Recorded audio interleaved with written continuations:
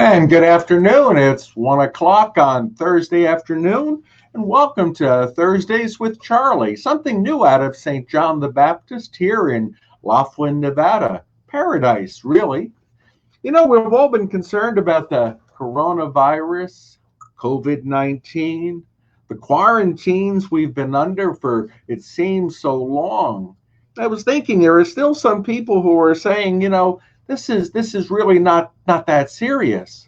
But think about it. Here in Nevada, all of the casinos are closed. Here in Nevada, all of the churches are closed, and that's true throughout our country. If the casinos are closed, the churches are closed, wow.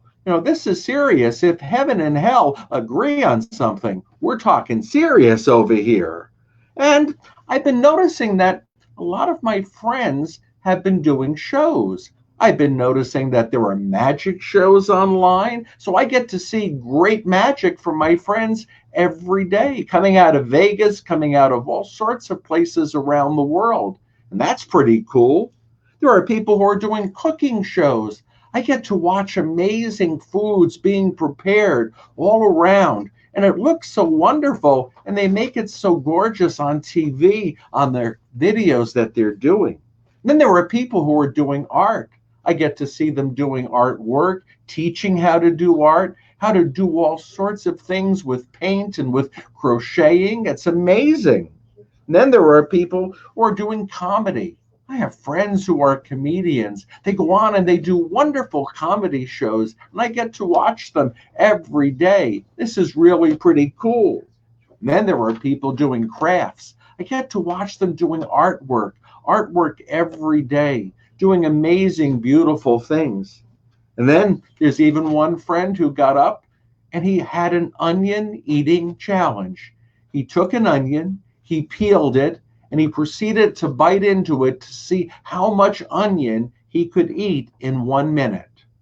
Well, I thought about that and I said, I'll have trouble doing magic. I'm going to have trouble doing cooking for sure. I'll have trouble doing artwork. I don't do art. And I'm really not that good at crafts, and I'm certainly not going to eat an onion in front of all of you. So what was left? Well, what was left was to do some form of comedy. And so I thought, well, I could probably do that. And I thought about, where am I going to get a title? And I remembered a book I read back in the 1990s by Mitch Albom. It was called Tuesdays with Maury.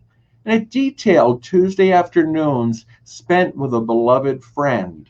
It eventually became a movie. And I said, well, if we could have Tuesdays with Maury, why can't we have Thursdays with Charlie? And that's how the title came about, Thursdays with Charlie. Please do not confuse it with Weekends at Bernie's. It's not that type of show at all. Then I thought about my inspirations. Like if I'm going to do speaking, if I'm going to be in front of people, as unusual as that might be, I had to think about what my inspirations would be.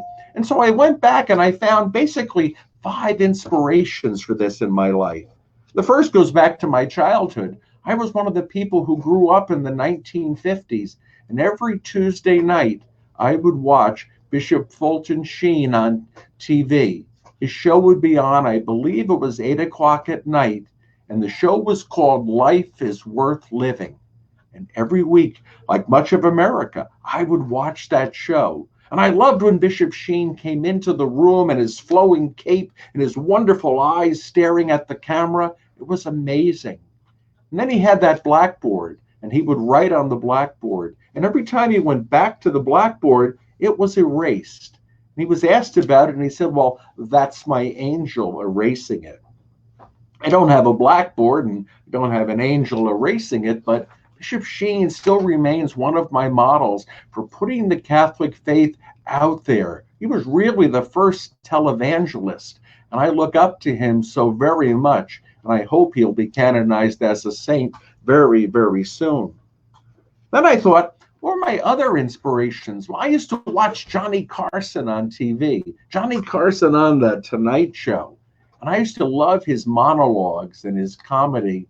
And then I thought, oh, I remember one bit he did really well. He would take an envelope and place it up to his forehead, and as Karnak, he would sense what was in the envelope. Johnny Carson and Karnak was a formative experience for me growing up, and I enjoyed that. Then out here in Vegas, one of my favorite comedians to watch is a guy by the name of Carrot Top. He performs in Vegas and he does a really unusual show. He runs around the stage a lot, but in all corners of the stage, there are chests like hope chests or storage chests. And he'll reach in and he'll pull out an item and he'll talk about the item and do comedy about the item. He's probably the best prop comedian out there that I get to see. And I really enjoy his style very, very much.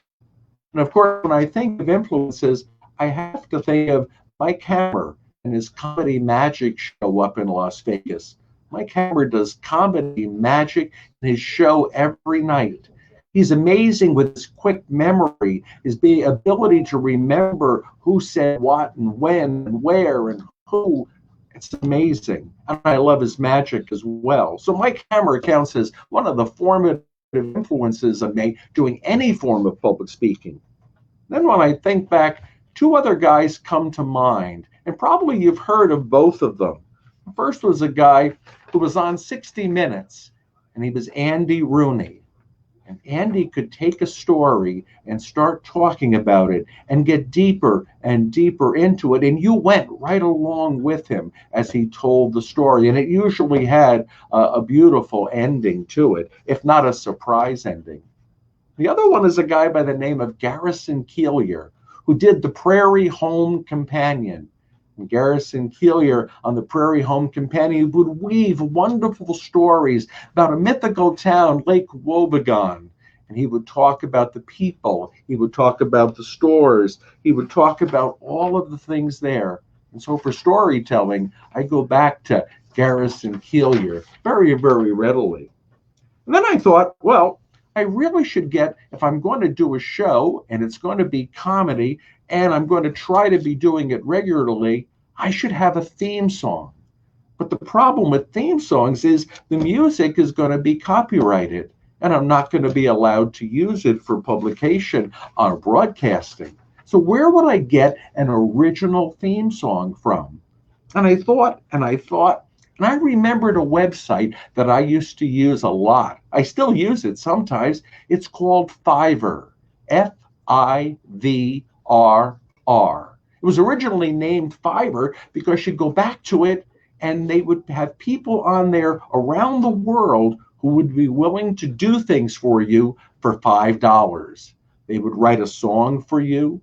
They would climb a mountain for you. They would make a phone call for you. They would proofread something for you. Well, of course, times have changed and prices have gone up a bit, but they're still not far from that original $5 price tag.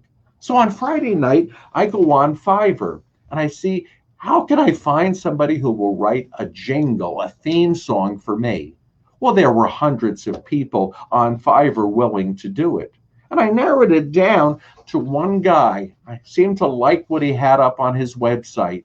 And I said, I want you to write a 20-second theme song for me. I want it to be original. And I want it to be a little bit country, a little bit gospel, a little bit church, and then throw in some Zydeco. Zydeco, like the music of New Orleans. I'm always reminded of that in one of my favorite TV shows, Northern Exposure. You used Zydeco. So a little bit of church, a little bit of gospel, a little bit of country, a little bit of Zydeco. We went back and forth online on Friday night, and we were talking, and he sent me some samples, and it was really amazing. And I thought I was dealing with a guy over in Europe, if not somewhere in the United States. Turns out when I asked him where he's from, he said he's from Malaysia. And I said, Malaysia? And you know all this? He said, well, I do a lot of research. And he said, but you're going to have to excuse me. I have to go to bed now. It's late and I'm fasting because of Ramadan. So I'm dealing with this young Muslim guy over in Malaysia who is writing a theme song for me. So we got back online on Saturday and he finally finished it up on Sunday.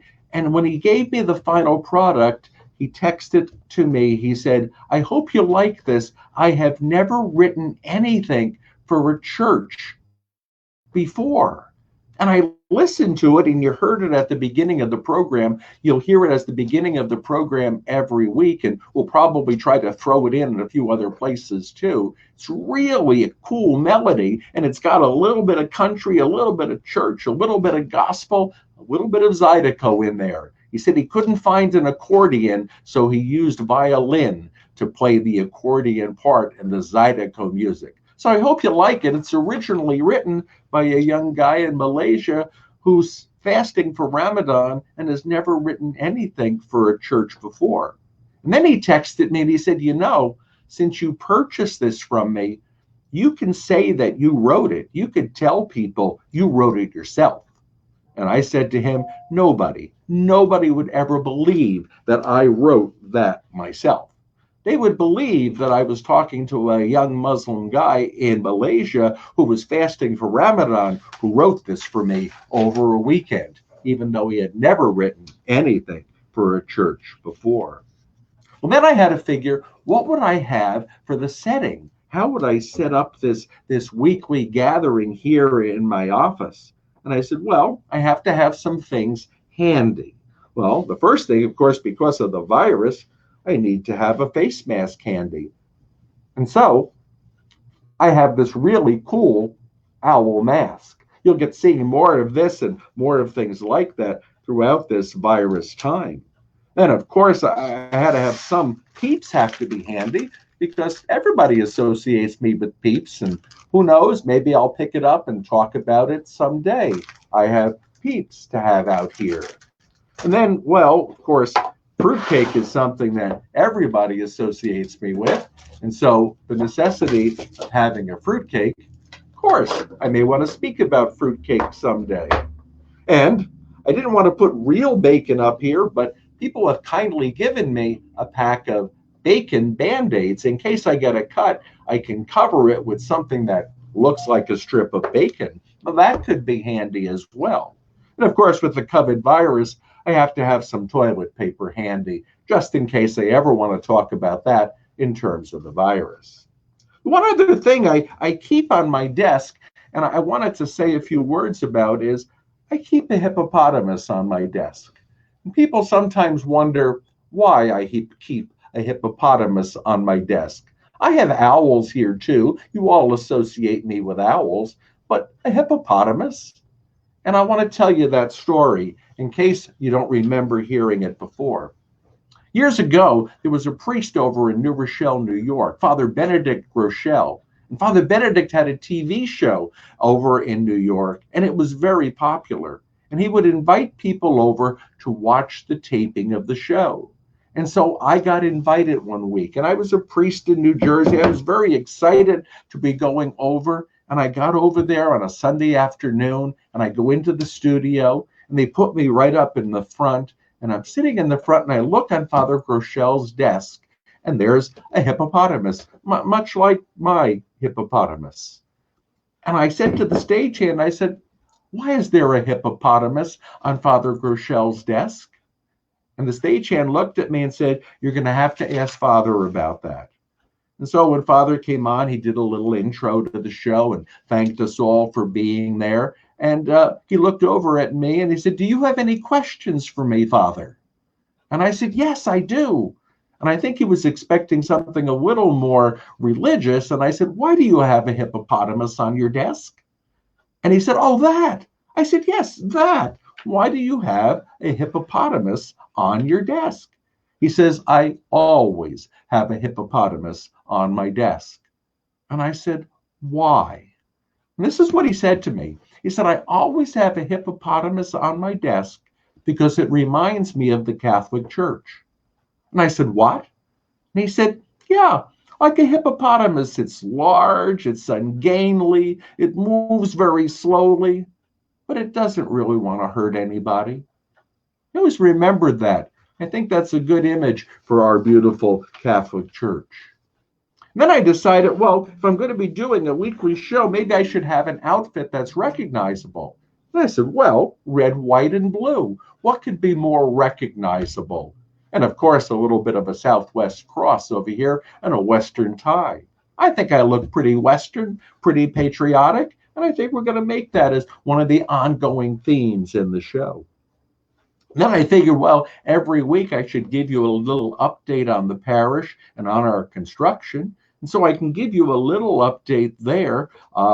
Parish, we're still closed under the discontinuance order that our bishop issued. Likely, we're going to be closed to public worship at least through the end of May. I'm hoping that that will ease up after that, but right now we are definitely closed until the end of May. That's why we have our weekly masses up online, and they're getting a very good press. People are watching them all over the country and even up in Canada, and so we're very grateful for that. Please keep watching. Please keep being a part of our virtual congregation. And if any of you are in the local area and you have a chance to get out and drive by, they have already laid the pad for our new building. So if you drive by our property, you can see the general outline and shape of what our new building, the Garces Center, what it's going to look like. And that's pretty exciting for all of us, that even right now in the time of the coronavirus, construction is continuing and our new building is becoming a reality. The Garces Center will be standing here waiting for us when we're back in the fall for sure. And we're looking forward to many, many uses about that. Then I said, well, every week I should probably give you some update on our favorite charity, which is the Colorado River Food Bank.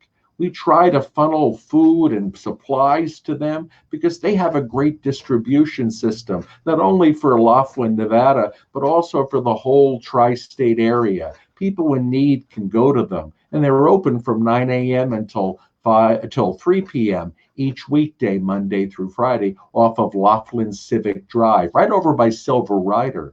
And wouldn't you know it, this morning I got a call from Sandy West over at the food bank. And she said, you know, one of the things we really need right now, we really need suitcases on wheels.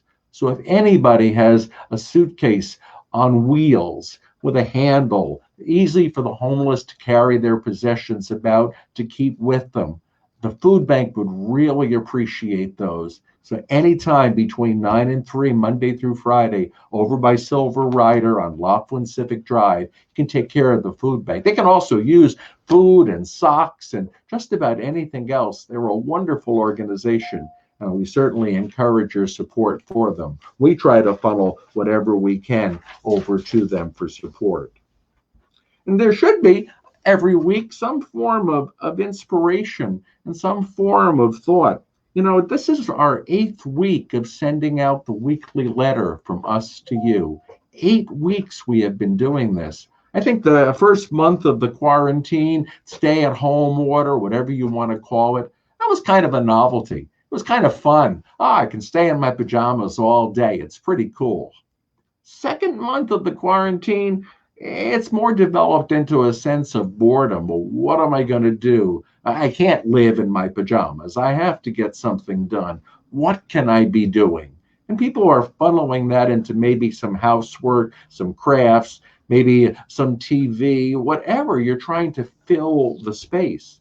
If this goes on into a third month, I think it's going to be very difficult for us to fill the time and try to get through it. But I think we can. And I think we can get through it. We're going to be building towards a new normal. I don't know if we know what that new normal is going to look like. I hear various things. I hear there's going to be limits on where and when we can do things and how many people can do them together. It will be new, but it will eventually become normal. And we will get through that. We should remember in our prayers, and Lord knows we have enough time now in the day to say we have time for prayer for sure. We should remember in our prayers all those people that we should remember. We should remember those who were sick, those who were dealing with the coronavirus, of course, but those who were dealing with other illnesses day in and day out, especially the long-term ones. We should remember those who are on the front line. Perhaps we think of doctors and hospitals and nurses and police and first aid workers, but we should also think of the store clerks, those who are dealing with people day in and day out and making our world continue going. We should remember our families, whether they're close by or they're farther away. We should make sure we're in good contact with them as much as we can, as our friends as well. Pick up a phone, send a text, go online, have a conversation. It's really worthwhile now more than ever. And pray for those who are doing research into the origins of this disease. We want to make sure that we can take care of it. We can get back to that new normal, whatever that might be. Now, a lot of people have been asking about Pascal, our parish owl. And they've even sent notes about Pascal, the parish owl. They've sent notes to us. We've even got a note, say hi to Pascal, give a hoot out to him. I was wondering if we could get Pascal to visit us inside the office, but I think that's probably difficult. I don't know how we would ever arrange that to happen. Oh, wait. I don't think it's Pascal, but I think it's a good friend of his. And look, he's managed to fly into our office. Okay, we're not high tech, but he's managed to be in our office with us, and he has a message in his beak for us. I think we should see what it says. You can go back to Pascal and you can say hi later, but for now you can stay with us. What does the note say? Pascal's friend speaks Latin. Ad astra per aspera. That's Latin. I remember that. It means to the stars through adversity. Ad astra per aspera. To the stars through adversity. I wonder if that's a message that might apply to us today. I looked up, actually, because Pascal and his friend told me about this in advance. I looked up that that's the state motto of Kansas, right in our American Midlands. To the stars through adversity. It's also the motto of Stevens Institute of Technology over in Hoboken, New Jersey. Best friend Mike went there when he was in college and I was in college. He went to Stevens Institute. It's also, those of you who are Trekkies, it's the motto of Starfleet Command in the old Star Trek series, Ad astra per aspera, to the stars through adversity. It's also the motto of hundreds of other organizations around our country and around the world. It shows up in all sorts of places.